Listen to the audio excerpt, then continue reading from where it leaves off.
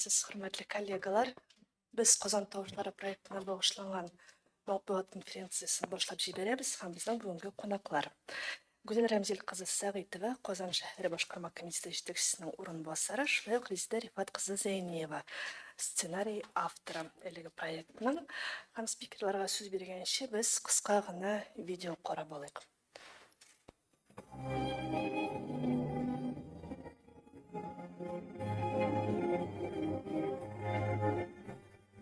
Я несколько раз безумно влюблялся. Доходило даже до того, что я забирался на балкон.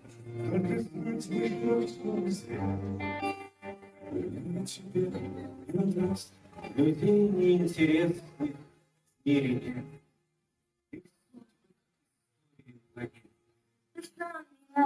Nazlan, diller, eyle taban bir tanışı, kızılışın.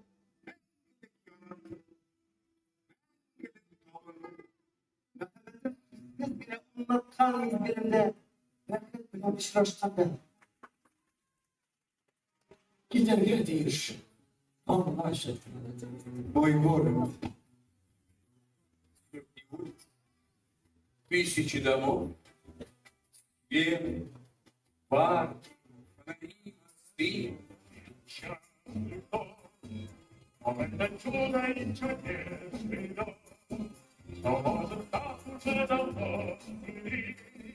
Allah beni kutten tübegine birbirine başlıklarına. Hayal bilasın sine.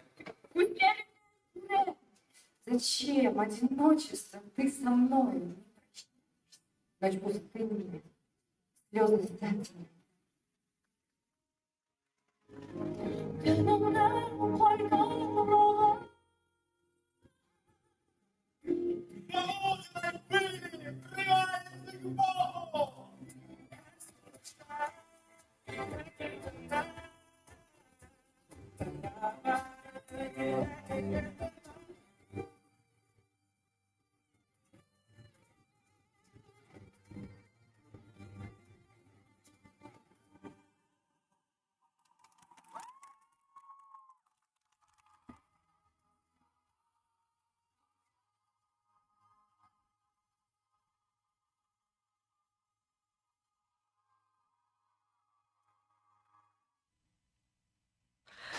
Гүзел, ең бірінші болып сөз сізге әлігі проекттің идея авторы боларақ, мен әлігі идея неше барлыққа келді, шел әлік һәм бұйылғы әлігі перформансының өзеншелігі нәрседе.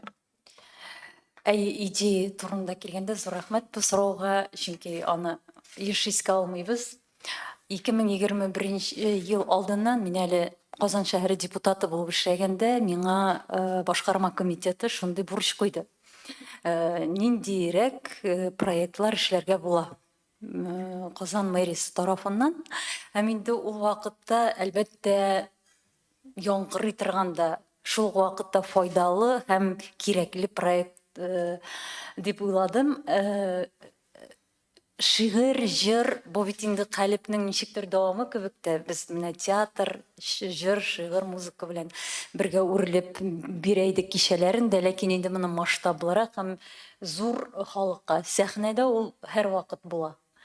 Һәм ул вакытта Кореев театрында Катя Корабельник дигән режиссер белән юмор башны чыгарган идек. Һәм инде Катя белән сөйләшәбез.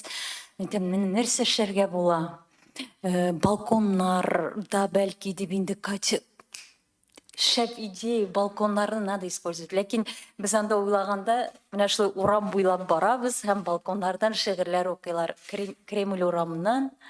Ләкин мәсәлән Мәгариф министрлыгын балконында, бу балконда, икенче балконда ул вакытта мэйпинг дип уйламаган идек. Ләкин инде башкарма комитетына килгәч, бу проектны ничегрәк тормышка ашырга була чынбарлыкта дип, менә Татьяна Старикова режиссер белән шушы мэйпинг шоуларны, чөнки халыкны хәзер былай гына шигырь тыңлату авыррак кебек, шуңа күрә менә мэйпинг та барлыкка килде, шушы театральләштергән әйберләр.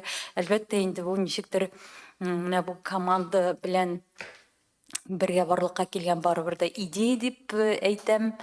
Һәм аның менә популярлыгы былтыр шул кадәр шыплап тулган инде Кремль урамы. Һәм уйлыйсың, менә ул идея барыбер да югарыдан киләдер. Мин шуңа ышанам. Һәм мин узган елны шундый матур, менә Резеда Гобаева, Татьяна, Радик Бариев та ул былтыр кушылган иде. Бик югары дәрәҗәдә булды ул театральләштергән тамаша. Мин хисле кеше буларак йыладым. Шуңа күрә инде, хөрмәтле тамашачылар, быел да, әле былтыр булсагыз, ул бер тарих, быел булсагыз, ул бөтенләй башка тарих. Менә аны Резеда үзе күбрәк сөйләр, чөнки быелгы тарихның авторы ул. Резеда алайса сүзне сиңа тапшырабыз. Ни өчен нәкъ Нәни принц әсәре сойланды һәм авторлар ничек әлеге проектка җәлеп ителде? Менә теге авторлар буларакмы, ниндидер авторларга махсус чакырулар биреп, я булмаса инде Нәни принц әсәрен киресенчә ача торган махсус шигырьләр сойланылдымы? Хәерле көн. Бер үк әйберне берничә ел рәттән эшләгәндә, ниндидер яңа идеялар уйлап табу бәлки катлаулырактыр да. Чөнки үз-үзеңне дә кабатламаска кирәк, башкаларны да кабатламаска кирәк. Ләкин без шулай да барбер команда белән эшләнгән эш. Нәни принц идеясы каян килде дигәндә, без кызым белән Нәни принц әсәрен укый идек җәй көне. Аларга мәктәптән биргәннәр. Һәм Нәни принц әсәрен кабат укыганда, ул инде кат-кат укылган әсәр, һәм аңлыйсың, Нәни принцта шул кадәр кеше тормышындагы һәр өлкәне яктырта торган мәгънәләр салынган. Анда мәхәббәт тә ачыла, анда кешеләр арасындагы мөнәсәбәтләр дә ачыла, анда гомумән хисләр дөньясы да ачыла, йолдызлар да ачыла. Һәм мин кызым белән укыган саен, нәкъ шушы вакытта без параллель рәвештә уйлый идек балконнар турында, һәм аңлыйм, бу әсәр шул кадәр туры килә. Ләкин Нәни принцның үзен бер кичтә шундый зур әсәрне сәхнәләштерү мөмкин булмас иде. Ул дөрес тә булмый, безнең форматка да туры килмәс иде. Аннары уйлый торгач, Нәни принц фикерләре белән яңа әсәр тудырырга булдык. Ул Нәни принцны укыган һәм аның килүе турында хыялланган бер кыз турында. Шул кыз авызыннан Нәни принцта яңгыраган фикерләр яңгырый. Анда башка геройлар бар. Ул геройлар авызыннан да шул ук фикерләр, Нәни принцтагы фикерләр яңгырый. Һәм без шулай итеп берничә төрле теманы ача алдык шул әсәр ярдәмендә. Мәхәббәтне дә, башкасын да. Һәм бу кызны безнең Ләйлә Таишева уйнаячак. Ул безнең, әлбәттә, барыгызга да таныш. Шулай инде ул безнең кызыбыз дип тә йөртәбез, чөнки хәзер ул Апуш балалар театр студиясендә төп рольне кичтүк Илгиз Зәйниевнең кичтүге булган кыз. Шуңа күрә менә Апушыларында әкренләп зур проектларга да тартабыз. Гомумән монда әлбәттә бөтенләй бала дөньясына кереп китмәдек. Без махсус аңардан качтык. Һәм инде ләкин менә төп герой ул бала. Шул ук вакытта бала чаклык турында да тема булачак. Чөнки менә безнең Илмира Калимуллина башкаруында җырлар. Һәм гомумән әйтеп китәргә кирәк, безнең быелгы чакырылган кунак Россия Федерациясенең атказланган артисты Ольга Кабо. Инде үзебезнең 3нче ел рәттән Искәндәр Хайруллин безнең хәтта ниндидер дәрәҗәдә менә шушы Казан тавышларының инде йөзе булып тора. Аңардан интервью алганнар кичә 3нче көн. Ул әйткән, минем бик балконнарны карасып килә тамашачы буларак, ләкин андый мөмкинлек юк, чөнки мине елда шушы проектка чакыралар һәм мин рәхәтләнеп риза булам. Әлбәттә, Искәндәр кебек актерларның бу проектта катнашуы безнең зур бәхетебез. Ул инде үзе дә менә узган елны беренчедән русчада, татарчада сөйләде, гитарада да уйнап җырлады. Хәтта мин аңа Искәндәр СМС яздым, чара беткәч, Искәндәр Синең аша мин үземә дә күпме рәхмәтләр алдым. Искәндәрне шундый теге элеккечә Казан егетләрендә әле аны яратып биргән тамашачылар миңа килеп бик күп рәхмәтләр әйттеләр. Шуңа күрә менә Искәндәр булачак, Зөлфия Вәлиева, гомумән безнең Алсу Каюмова, Рәмил Вәҗиевнең нинди матур шигырь укыганын без былтыр күрдек. Хәтта менә ул русча укыды узган ел. Хәтта рус артистларына ул кадәр ул чапмадылар Рамилнең шигырь укыганына. Һәм инде әлбәттә Резидә Салахова безнең шул 3нче ел дәвамында. Ләкин шулай да без үзгәрешләр дә кертәбез. Илнар Миранов була бу ел безнең. Илюся Хужина, Игорь Горчаков, Дина Закирова, Матвей Козин, Карина Зиганшина, Анастасия Макарова, шул хор «Дорога звезд», шулай ук балалар хоры булачак. Анда тагын да сюрпризлар көтә, барсын да сөйләп бетермибез.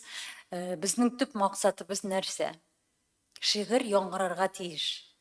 Ул музыка кебек өстәлдә, кәгазьдә калырга гына тиеш түгел. Әлбәттә, бүгенге көндә менә Татмедиа ярдәмендә дә бик күп чаралар үтә, очрашулар уздырасыз, мәйданнарда чыгышлар ясыйлар бит. Һәм бу эш барыбыз тарафыннан да дәвам итәргә тиеш.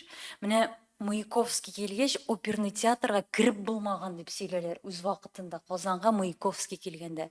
Такташның мәйданда ничек чыгыш ясаганнарын, шулай ук бүгенге көнгә кадәр безгә шундый ниндидер әкият кебек яңгырый. Безнең менә бу төп максат әлбәттә үз вакытында яңгырашлы проект кына тудыру түгел иде, ә инде шигырьгә ничектер ул вакытта бит туган телләр елы иде. Шигырьгә, рус шигырьләре дә, бигрәк тә инде безнең төп максатыбыз татар шигырьләрен ничек тыңлата башларга.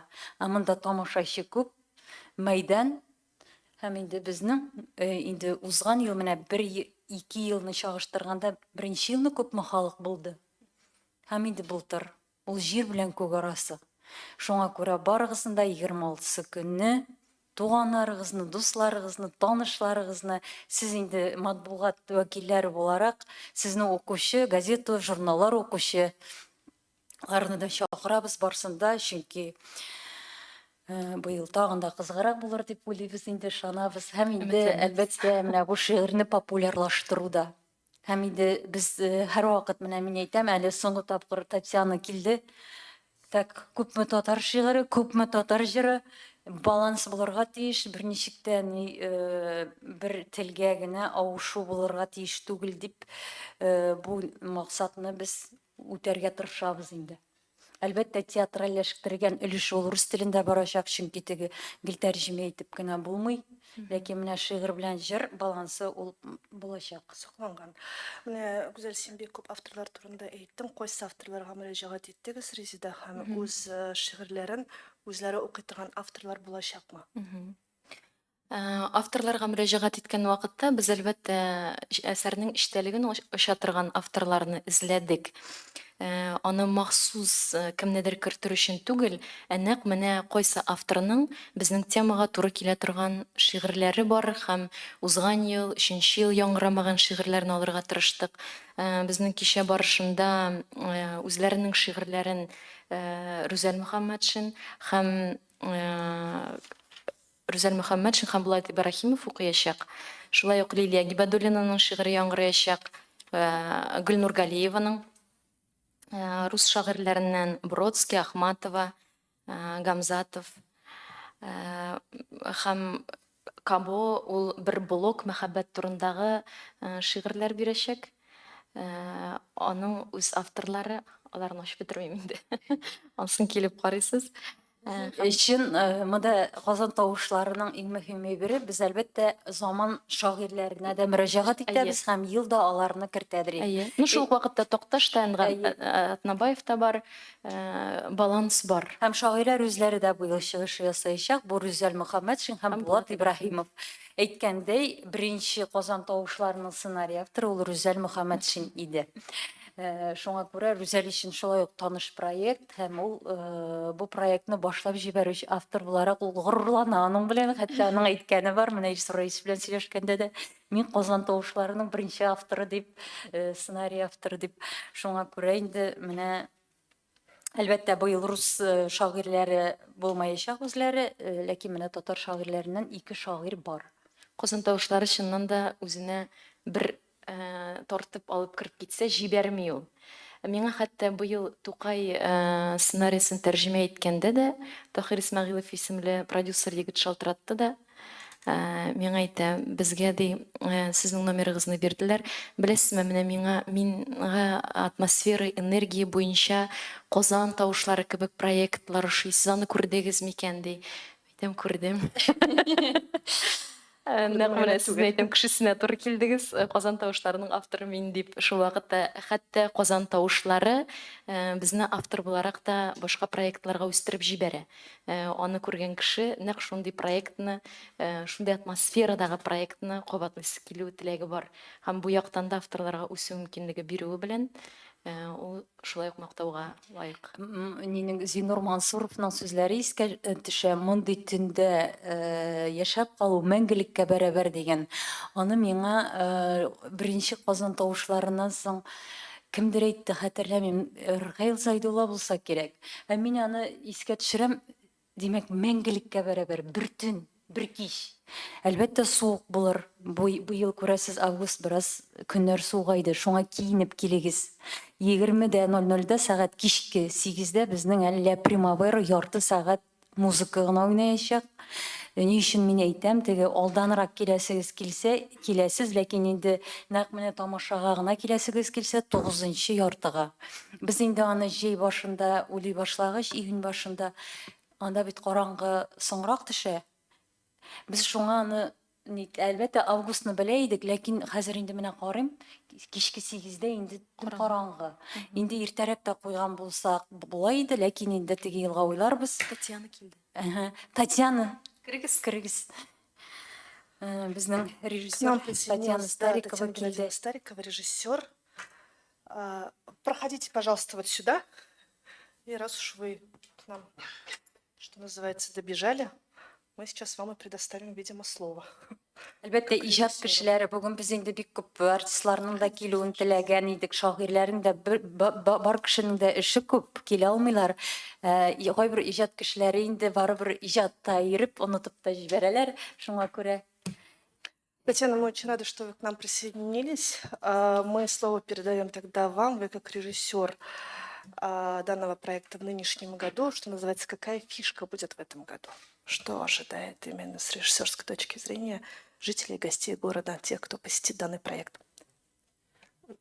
Здравствуйте, уважаемые дамы и господа. Ну, про фишки рассказывать, конечно, не очень хочется. Хочется, чтобы все-таки жители нашего города и гости нашего города пришли и насладились зрелищем. На самом деле, я думаю, даже не о фишках нужно сказать, а вообще вот о том, что спасибо городу, то, что придумали такой проект, такой поэтический перформанс. Он отличается, наверное, от других проектов тем, что мы совмещаем сразу и стихи, и визуализацию, и музыку. И хочется подарить вот эту радость, наслаждение нашим горожанам. Дай бог, будет хорошая погода. Нам всем с этим повезет, чтобы оркестр тоже работал и подарил нам и хорошую музыку, и все могли послушать хорошие стихи. Мы ожидаем приезда. Я вот не знаю, сказали, не сказали. Да, мы ожидаем приезда заслуженной артистки Российской Федерации, народной артистки Чечни, Ольги Кабо. Она великолепно читает стихи. У нее есть концерт, в котором она читает произведения и Ахматовой, и Цветаевой, и многих других поэтов. И читает очень здорово. Мы надеемся, что она тоже подарит свое творчество нашему городу.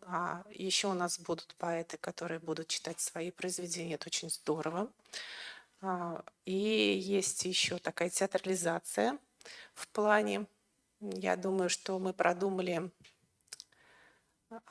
чтобы было интересно для всех возрастов. То есть если кто-то придет даже с детьми, им тоже будет интересно. Ну и затрагиваем темы, которые близки, наверное, каждому человеку. Вечные темы. Конечно, мы не сможем сделать так, чтобы прозвучали стихи любимые стихи каждого, кто придет на этот вечер, потому что вы же понимаете, как музыка, у каждого свои пристрастия, свои предпочтения.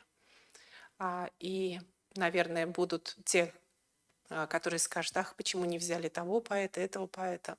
Ну, мы надеемся, что проект будет долгосрочный, и прозвучат в итоге те стихи, которые хотели бы услышать все практически горожане в той или иной последовательности.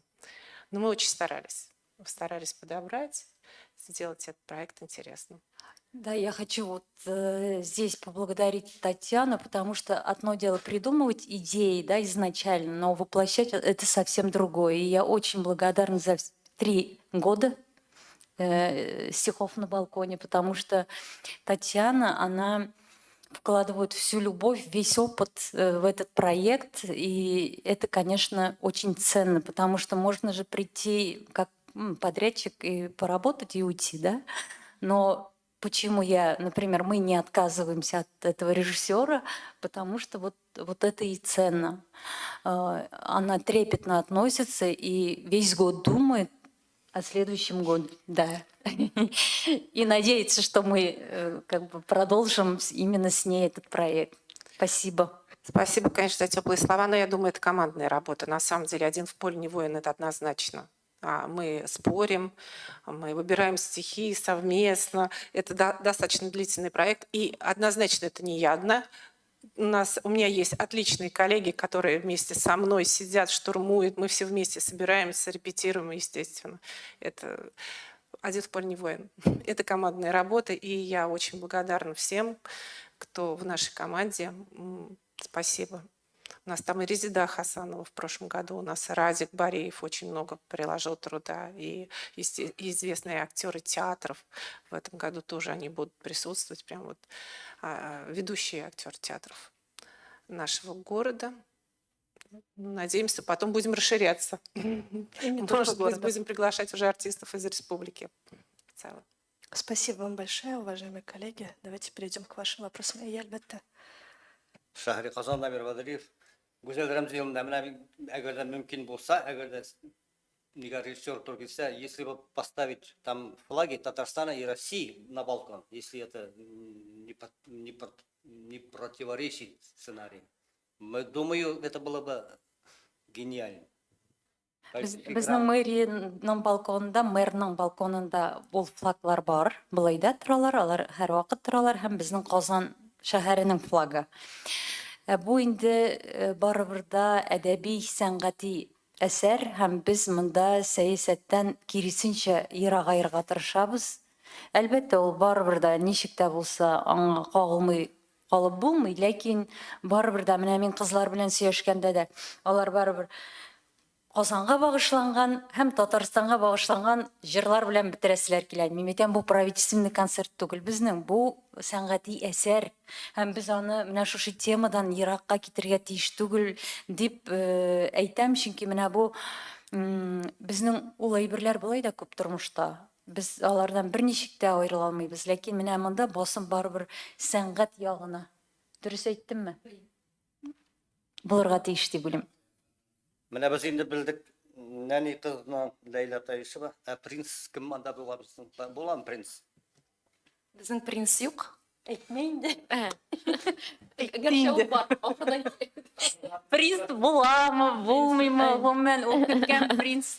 Ул тормышта бармы икән, менә аны сез килгәч белерсез. Мәчет дә булачак. Казан мәчете инде аны без сер итеп калдырган идек, ләкин репетициялардан кемдер күргәндер дә. Казан мәчете дә бу беренче тапкыр балконнарда безнең башка персонаж килеп чыкты. Демәк, код канадский булачак. Ярамил абый. Я председатель Союза фотографов Республики Татарстан. Татьяна, не знаю, как по отчеству, вы сказали про визуализацию проекта. И вопрос такой, вот визуализация, там могут ли быть наши художники, классики, допустим, да, в этом проекте, где были бы какие-то серьезные картины, которые также бы украсили проект. Если нет, то, может быть, в следующем проекте вы это планируете. Спасибо. Рамиль, вы все-таки фото или картины? Картины художников, Я говорю так понимаю. художников, классиков Татарстана. Вы знаете, очень хорошая идея, но вот как у нас показала практика прошлогодняя, достаточно сложно договориться с художниками, потому что у нас здание все-таки имеет определенные архитектурные особенности, и когда идет проекция, ломается картина, она не может четко так проявляться, и художники к своему творчеству относятся очень трепетно и переживают по этому поводу. У нас была такая идея, мы попробовали в прошлом году одно произведение показать таким образом, но очень долго согласовывали и согласовывали с правообладателями, так скажем. Вот. Нет, ну а у нас же там есть Юрманче, где можно с директором, наверное, договориться. Ну, не обязательно с теми художниками, которые Была сейчас... такая идея, но этот год, он у нас достаточно, знаете, такой романтичный, он на другом немножко получился. История сама сложилась другая, а в принципе идея очень хорошая. Она витает в воздухе, если, может быть, мы поменяем, например, локацию, и где не будет вот этих вот таких порталов, вот, тогда, может быть, это будет совершенно другая история. А вообще история очень интересная. Именно показать перформансом наших художников. Да, Это действительно, здорово. такая идея была. Мы с Дамиром обсуждали, а Дамир у нас художник мэппинга, и даже он, по-моему, его предложил, ее предложил, да, эту идею. Но, во-первых, да, это авторские права, во-вторых, тут по техническим моментам. И потом в прошлом году, когда он эту идею сказал, позапрошлом году было очень ярко, красочно, и мне самой лично хотелось уйти от этого. Хотелось, чтобы все-таки черно-белое, вот вы же видели, да, на экранах, более вот этот стиль черно-белое. А в этом году уже я дала полную свободу, особо не вмешивалась именно на этот художественную, именно на визуализацию. Тут в нашем проекте на самом деле главный акцент не на маппинг, это только как бы поддерживающая история, а именно на стихи. Мы хотим поддержать наших поэтов молодых, которые творят на нашей земле, и, соответственно, каких-то уже маститых, которых мы знаем, которых мы любим. И вот совместить все это хотелось бы в одном проекте. Времени мало, много стихов мы не можем вместить в эту историю, хотя, конечно, очень хочется. Очень много хороших стихов осталось за бортом, но я надеюсь, что на следующий год они проявятся. А идея хорошая, мы обязательно ей воспользуемся. Рахмат, Да, нет, там я просто как бы про классику, но это могут быть и молодые дизайнеры. Здесь много чего может быть. Просто я никогда не забуду проект Москвы, где были напечатаны фотографии, как фотографии картины, и развешаны в центре Москвы в рамах. Да? Этот проект большой мы фотографировали для «Комсомольской правды» в свое время. Да? И это вышел в музей прямо на улице, и он годами, там несколько лет этот проект находился, потом его сняли. Это вот я просто к тому, что у нас музей остается как бы внутри, да, а есть повод вместе со стихами еще включить грамотную визуализацию, грамотную, которая бы воздействовала на наше, создавала культурный слой нашего молодого общества. Спасибо. Рахмат, Рамиль Абай, да, еще вопрос. Халиул Шамиль, Татаринформ. Если продолжать идею председателя Союза фотографов, Рамиль, он не представился, то можно дальше идти в этом ключе. У нас сильная школа архитекторов. И есть масса дипломных работ, которые просто впечатляют, но они лежат сейчас в архиве. О них никто не слышит, не видит. А если вот поднять вот эти архивы, там же чудные идеи существуют у дипломников, студентов. Если вот тоже все это выплеснуть на стены города, как бы город на город получается, архитектура на архитектуру, тоже неплохая бы идея была. Ну вот вы сейчас подарили просто новую идею для следующего года. С любовью к родному городу.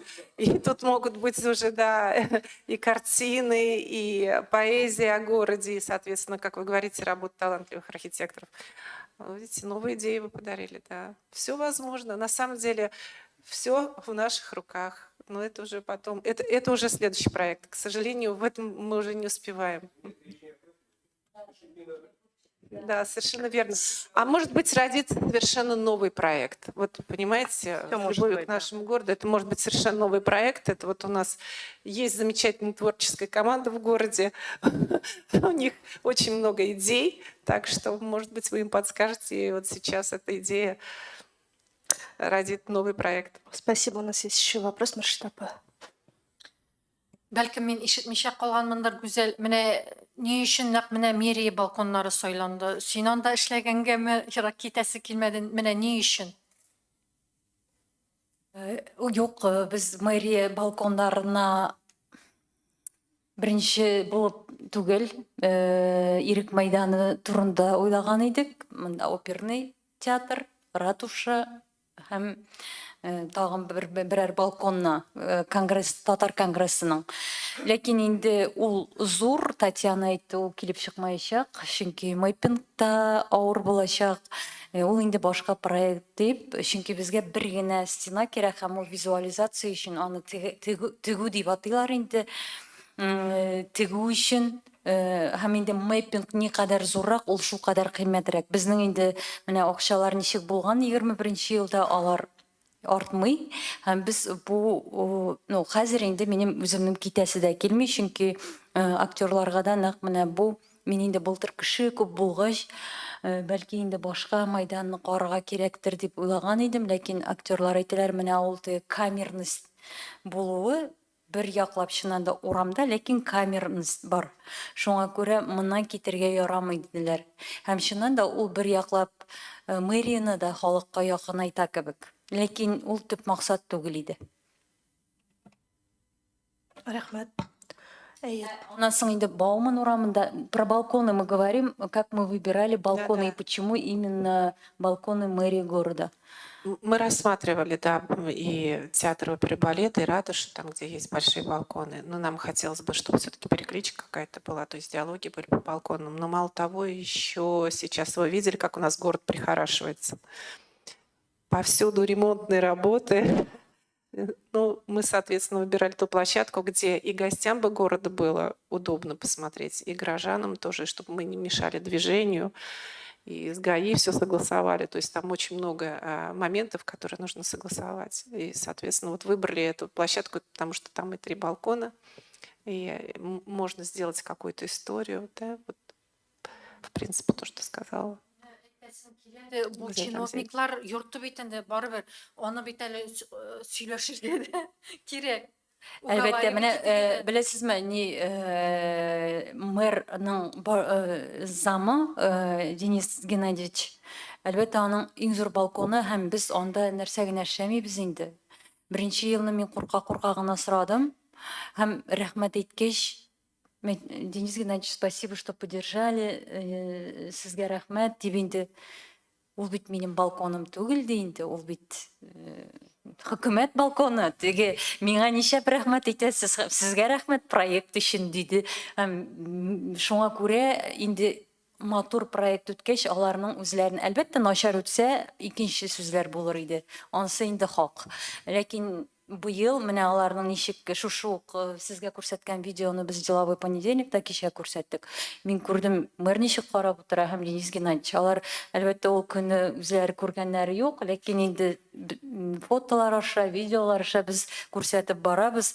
Узган елны әлбәттә Илсур Раисовичның шигырь укуында теләгән идек, бәлки инде гитарда җырлар, ул бит гитарда җырлый, ләкин беләсезме, монда шулай ук сәяси әйбер белән ул каршы түгел иде, ләкин барыбер дә безнең әлеге вакытта махсус операция бара һәм бик үк килешмәс дип уйлады. Менә ул вакытта нәрсәдер булырга мөмкин, илдә, нидә, шуңа инде әле махсус операция барганда ул мин әлегә катнашмаячакмын, ләкин инде менә бу вакыйгалар узса, әлбәттә дип.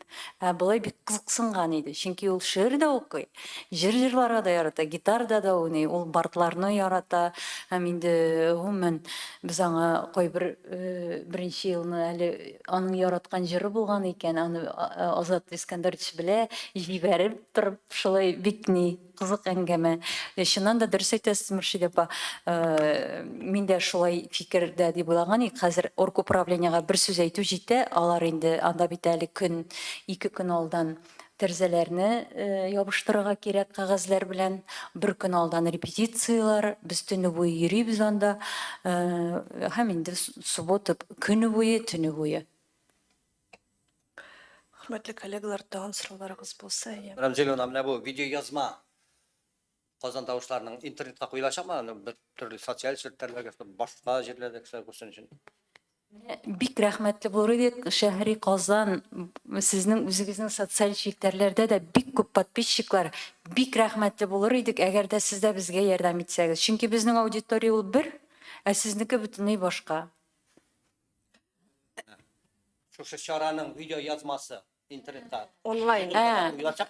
Тулы язмасы, кызганычка каршы тулы язма бар. Без аны YouTube'ка куймадык былтыргы, ләкин ул бер камерага гына төшерелгән. Бер камераны үзегез беләсез инде ничек төшерә. Шуңа инде без теге тамашачы булай гына икән бу дип карамасын дип уйладык һәм ТМВга мөрәҗәгать иткән идек быел ПТСКга. Беренчедән акча җитмәде, икенчедән инде ПТСлар да юк. Соңрак мөрәҗәгать иткәнбез. Бәлки һәм инде алар курка. Монда бит кич тамашачыга шулай ук әйбәт сыйфатта барып җитмәс дип куркалар төшергә. Яктыртырга кирәк, ә безгә яктыртырга ярамый, чөнки без киресенчә төнне сайлыйбыз бит инде махсус.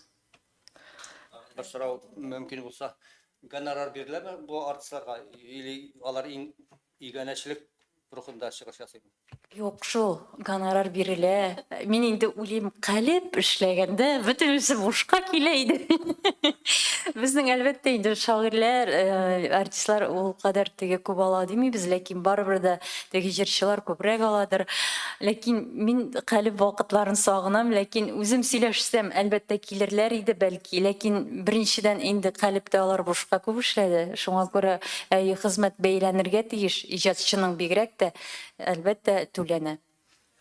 Бигрәк тә татар иҗатчыларының хезмәте түләнсә бик яхшы күренеш инде ул өчен дөресен әйткәндә, гомер буе бушка гына йөреп булмас. Хөрмәтле коллегалар, сорауларыгыз булмаса, тагы бер кат искә төшәбез. 26 август кичке сәгать 8 Казан мэриясе каршында Казан тавышлары гласы Казани проектына рәхим итегез.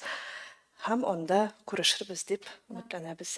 Әгәр дә мөмкин булса, берничә генә игълан итим инде. Бүген безнең Древо жизненең әйткән идем теге матбугат конференциясендә соңгы чыгарылышы, соңгы очрашуы быелга Горький паркында сәгать 6-га көтеп калабыз. 2 сәгать булачак. Аннан соң иртәгә бүтән хаклы ялдагы танышларыгызны, билешләрегезне, дусларыгызны, әбиләрегезне, бабайларыгызны җибәрәсез Горький паркына. Унда иртәнге 2-гә кадәр безнең жизнь люб яшәү яме проекты булачак. Шулай ук теге информация барып җитте микән дип куркам.